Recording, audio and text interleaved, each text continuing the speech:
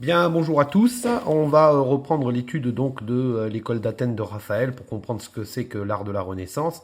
Alors moi, j'ai choisi ce tableau, enfin cette fresque, parce qu'elle est vraiment représentative. On aurait pu travailler sur n'importe quelle œuvre d'art. Donc hier, je vous ai présenté la fresque originale, hein, c'est-à-dire si un jour vous allez au Vatican, c'est celle que vous verrez. Maintenant, cette image, elle a été photographiée puis numérisée et on lui a rendu les couleurs originales, hein, de façon numérique. Donc on a quelque chose qui est beaucoup plus clair avec des couleurs beaucoup plus vives.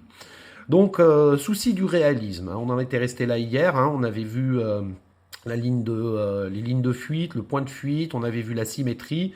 Aujourd'hui, on va s'intéresser sur ce souci du réalisme. Et pour bien s'en rendre compte, on va centrer notre attention sur ce personnage qui est situé là. Ce personnage-là, bon, m'intéresse parce que c'est un philosophe, mais j'y reviendrai plus tard. Mais surtout, c'est la façon dont il a été croqué, c'est-à-dire la façon dont il a été peint, hein, la qualité que l'on peut voir au niveau de la représentation des muscles. Hein. On pourrait lui donner un âge précis, hein, sans doute 60, 70 ans. Hein. Regardons les jambes, regardons les pieds. Hein. On a vraiment un souci de vouloir représenter le corps de façon parfaite. Alors, pourquoi? Parce que depuis la fin du Moyen-Âge, on s'intéresse de plus en plus, hein, au corps humain, hein, que ce soit d'un point de vue anatomique ou que ce soit d'un point de vue des proportions. Vous connaissez sans doute toute cette image, ça s'appelle l'homme de Vitruve. C'est Léonard de Vinci qui l'a réalisé.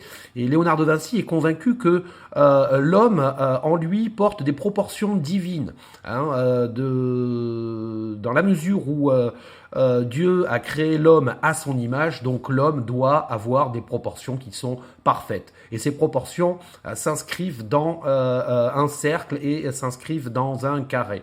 Dans la réalité, on sait que ce n'est pas exactement vrai, mais du moins au début de la Renaissance, on y croit vraiment. Et c'est ce que font les artistes, hein, en cherchant à représenter de façon précise les corps humains sur leurs œuvres, alors qu'on ne le faisait pas au Moyen-Âge, si vous vous rappelez l'image que j'ai pu vous présenter hier. Donc ce souci-là, hein, on pourrait prendre n'importe quel des personnages que vous voyez apparaître sur cette fresque, hein, ont une qualité graphique qui est quand même remarquable. Raphaël n'est pas le seul. Hein. Si je m'intéresse maintenant à d'autres auteurs, vous avez ici une œuvre majeure qui a été peinte par Michel-Ange, hein, qui est Dieu qui donne le souffle divin, hein, à Adam.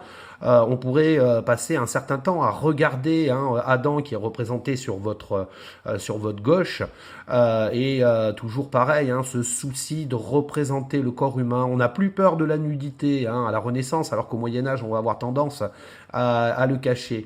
Ça, vous le trouvez encore une fois au Vatican, dans la chapelle Sixtine. Elle a été commandée par un pape qui était immensément riche et qui a attiré à sa cour Michel-Ange pour réaliser ça.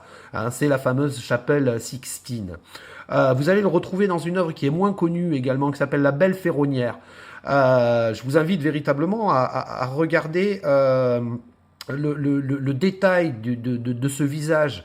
Ça a été réalisé par Léonard de Vinci et c'est une duchesse italienne, la duchesse de Mantoue, qui a payé à prix d'or Léonard de Vinci pour réaliser son portrait. C'est vraiment quelque chose d'important. Les princes veulent être représentés par les artistes les plus en vogue à leur époque. Et je ne peux pas ne pas vous présenter ce tableau, hein, que vous connaissez tous, qui s'appelle la Joconde.